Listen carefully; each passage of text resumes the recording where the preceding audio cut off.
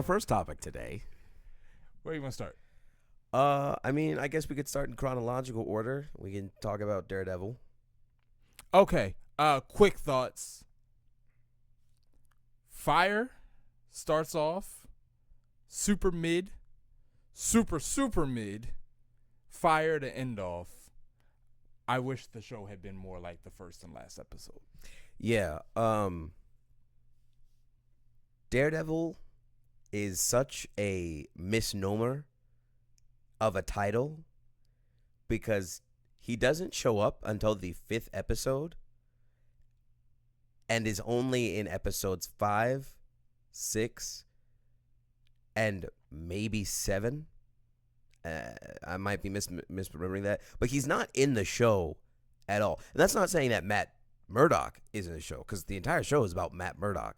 Yeah, it's Better Call Murdock. Basically. That's what the show is. But Daredevil is not in the show really at all. Now, I didn't know this until hearing some external research, but apparently there were new writers who had come in to fix some of the problems with the show, and that's very prevalent with the first episode and the last episode. That was news to me when I found out. So that doesn't necessarily mean that I forgive the show for its transgressions, but it at least helps me understand it a bit better. It explains it. That being said, this show is so mid. The problem that I have with the show, as I expressed to him a long time ago, Charlie Cox is such a fantastic actor that seeing him interact with everybody in the show who is effectively not in Daredevil season 1, 2, and 3, he just is acting circles around these people. There's a scene where he's interrogating a prisoner, and I'm being vague because of spoilers. But there's a scene where he's interrogating a prisoner, and just in that entire interrogation scene between him and the prisoner, it's like, oh my God, this is the prime example of what it looks like when there is someone who can act and someone who is an actor, and it's just night and day, man. Yeah, I definitely concur that Matt Murdock is a phenomenal actor. I don't feel like he blows the rest of the cast out as strongly as you feel that. At least not from an acting standpoint. Now, where Matt Murdock, or where Charlie Cox has an advantage, is that Matt Murdock is far more of a character than anybody else in the show, because they do this thing that I hate when studios do sometimes, where they misrepresent what's in the show. A lot of the promotional material is, hey, did you like Netflix Daredevil? We've gone to great lengths to bring you Netflix Daredevil. And you're like, oh, okay, cool. It turns out the Netflix Daredevil is the first episode, and then you get Disney Plus Daredevil, which I don't know how I feel about Disney Plus Daredevil. And the reason I don't know how I feel about Disney Plus Daredevil is because you sold me on Netflix Daredevil. And so I feel like that affected how harshly I was judging what I was getting, because the whole time I'm thinking, you start by bringing in the original cast, and I was in love, and then you, for reasons I won't go into, take away one of those cast members. They get shipped to Zimbabwe for whatever reason. And as a plot point, I understand why you do that. But it's when you realize, oh, you're like, have you ever seen like a pilot episode of a show, and it's a bunch of, this happens a lot on like cable television, but it will be a bunch of like no-name actors, and this is not an insult, just a bunch of actors you don't recognize. They're probably just getting their start, or they haven't been in anything big yet, but there's like one guy or gal who's like the big name, and you're like, oh wow, I'll watch this show for him or her or whatever like that, and they die in the first episode, or get shipped out in the first episode, or whatever have you, and you realize they're not actually here to be part of the show. They're here to get you invested in the show, and they're just hoping that you'll stick with it once they're gone. Funny enough, The Rock voices Cliff Jumper in the first episode of Transformers Prime, and Cliff Jumper dies in the first episode of Transformers Prime. I don't even know why you felt the need to do that, because it's a voice actor, but that's neither here nor there. Point is, Daredevil pulls a, here's what we're going to tell you is in the show, and then once you sit down to watch it, we're going to reveal to you what's actually in the show. And the Netflix Daredevil remains superior to the Disney Plus Daredevil for so many reasons. The characters are more compelling. Now, granted, I have fond memories of Netflix. I have 3 seasons of those characters. I have the Defenders. I have a lot invested in those characters. So they've had a while to cook. And maybe I don't remember how I felt about Karen or Foggy in season 1. Not really. I mean, I don't remember ever. We stand Karen, and I don't want to hear any sort of dissenting views. I don't have any beef with Karen. I know. I just don't. I don't glaze her like you do. And that's not a diss. I just, she's cool. Karen's my favorite character, so That's a respectable choice. Stick is mine. Probably not getting Stick in this series. He wasn't in this season. I don't know if it's a spoiler to say he's not in this series, because he died in the Defenders, and I don't really care about spoiling stuff that's 8 years old. He died in the Defenders, and this seems to be a continuation. It's kind of undeniable. But the new cast and the new direction feels very safe. This might be a pun, but there's very little daring storytelling in the Daredevil show until you get the different writers, who opened and closed the show, which is just. Do you understand why I have beef with Star Wars 8? Because when you do something like this, we're not gonna get into that. That's a whole conversation for a different time.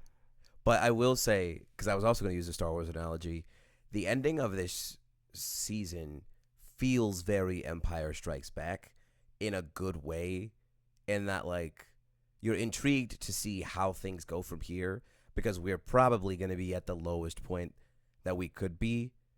The thing that sucks, at least for me, is that it feels undeserved. It feels like the stakes, the drama, the height, the pull that I should get should have been all season long, not, hey, it's a really good first season, and we'll see you in season 2 in this last episode. But everything else in the middle, that to me, I was like, I'm mad that I want to see more, because I feel like wanting to see more is not deserved. On the topic of the ending, and I'll try my best to not make it sound like I didn't get exactly what I wanted, and that's what's wrong with it. You remember 03 Titans, right? Do you remember that episode where they first come up against the Hive? And the Hive mops the floor with them, and Robin falls down the ditch, and they can't find them, and they go back to Titan's Tower defeated. Okay. So the Titans go back to the tower, and then Hive invades the tower and whoops them again, sends them packing out their house, takes over, and they're out there. They're injured. They're fighting amongst each other. Nobody's in a good mood, and it seems kind of hopeless. And it's remarkably paced for a 20-minute episode, but right as they're giving up, because Cyborg says, they won, we lost, it's over. Here comes Robin. Yeah, and Daredevil went for that feeling at the end where he's kind of the odds are stacked against me or whatever like that. He opens the door, hey, you have support. But and I know that you're supposed to feel like, all right, we got guys who are willing to fight back. But the threat to support ratio, y'all are not equipped for this. When the Hive whoops the Titans, and the Titans are sitting there I don't know what we're gonna do, and Robin shows back up. The reason you feel inspired is, number one, Robin is a competent fighter, so he's actually equipped to deal with this threat. But 2, you understand what Robin does for the group. He keeps them together. He keeps them on the same page, keeps them in sync. And that's really the strength of the Titans, is they fight as a unit. So even though Robin doesn't have the powers, because he can keep all of them synchronized, with that peace now restored, we can launch a strategic assault against Hive. And, spoiler alert, they go back and win, obviously. But with Daredevil, it's what are y'all bringing to the table? And I'm not to say the characters are useless in general. I mean, you got journalists there, and you've got reporters, and you've got a cop or whatever like that. It's not that this team is useless in a vacuum. It's given the threat. If you tell me, hey, I got you some backup against Kingpin, and I open the door, and it's like Joe Schmo, the deli worker. That's the guy. Not like I know, dude, just trust me. He's got this. bro. We're in New York. Where's Luke? Where's Parker? Well, Peter Parker doesn't exist anymore. No, they just don't remember his name. I mean, like, he exists. And I haven't seen Luke Cage season 2 or Jessica Jones season 3 to know what their stories ended with. Where's Echo? Where's She-Hulk? So Echo is currently home as in like not in New York because they weren't a New York based superhero anyway. And then She-Hulk. Do we even want She-Hulk? I want who can help us defeat this threat.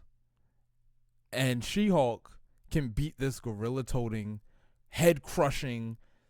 Bro, that show, this is another thing about that show got remarkably, like, crazy violent just at the end. It's always been a violent show, but it just got, like, in my opinion, unjustifiably violent. It was just like, where the fuck did that come from? This Game of Thrones type kill. And I'm like, bro, even by my standards, that was gross. It's because it was so like visceral and also so visual, right? Like my favorite moment from Daredevil season 1 is the 5th episode where Kingpin gets the Russian dude in the car and he just slams his head. But that's super implied. Like you see Kingpin closing the door on his head, but never his head in the door. While you're on the topic of that kill, what Kingpin does at the end of this show, Kingpin in the Netflix show, it felt like you got the worst of Kingpin when you brought harm to Vanessa, because he cared so much about her. You know, he wanted to look good for her and everything like that, and blah blah blah. So the fact that he so viciously dispatched the Russian because the Russian interrupted the dinner felt consistent with his character. And these guys felt like they were trying to capture the brutality of Kingpin, but overlooked what brings that out. Because he did that to the cop because the cop was plotting against him, which Kingpin would absolutely eliminate a threat to his power. But the thing about Kingpin was that, generally speaking, he was a well-composed, poised, in control of his emotions kind of guy, a high-class villain. Unless you press the Vanessa button, then this man just turned into like just pure instinct. You shouldn't have did that. But with this guy, it was just like, oh, we need to remind the audience that Kingpin is violent, and it's like, that's not why we enjoy Kingpin's violence. That's not why we found his violence visceral. That's not why we found it shocking. It's because we knew what motivated it, and that was the first time we understood how deeply rooted that insecurity when it comes to Vanessa actually goes. But now he's just like, oh, you wounded my pride, or you're going against my plot, and I don't like that, so I'm just gonna be a typical villain. And I mean, it's excusable in the sense that villains are gonna villain, but it's just a little less complex in that, you know. Yeah, all in all, I think the people who do a really good job in the show, despite what we have to say about him, but Vincent D'Onofrio actually still does very well as Kingpin. Obviously, Phenomenal. Charlie Cox does great as Matt Murdock. Phenomenal. Vanessa in the show has times of really good writing. I hate her. And then there's one other person who I'm not going to talk about because you haven't seen the show. I don't want to take that from you, but as always, that person is fantastic. You gonna do it or you gonna talk about it? That's still my favorite line. You gonna do it or you gonna talk about it? But the supporting cast leaves a lot to be desired. The plot even more so. Would I recommend this? I think unfortunately I would, only as like a person who enjoys Marvel properties, especially because I do think that this second season, when they start production and when they like get the ball rolling, is going to be leaps and bounds better. And as much as I don't particularly want to endorse it, I'm also not someone who thinks you should go into what is a continuation of a season or of a show or a series without having the prior context. So I guess, watch a recap of it and then watch season 2 when that comes out, or just watch season 1 while it's here, because it's like mid. Is it terrible? No. Like I said, it's got some great moments, but you watch it and you're like, okay, I could see what they were going for, but it's not entirely there. I'd say if the last time you watched Daredevil was when Ben Affleck was Daredevil, watch this because in comparison to that, it's Shakespeare. But if the last time you watched Daredevil was when Charlie Cox was Daredevil on Netflix, and you're just looking, you've missed that Daredevil itch, and you're hoping this scratches it, it's not gonna get it done. For my money, I just leave it at that last monologue. I can't express to you how much I'm pissed off that monologue now means nothing.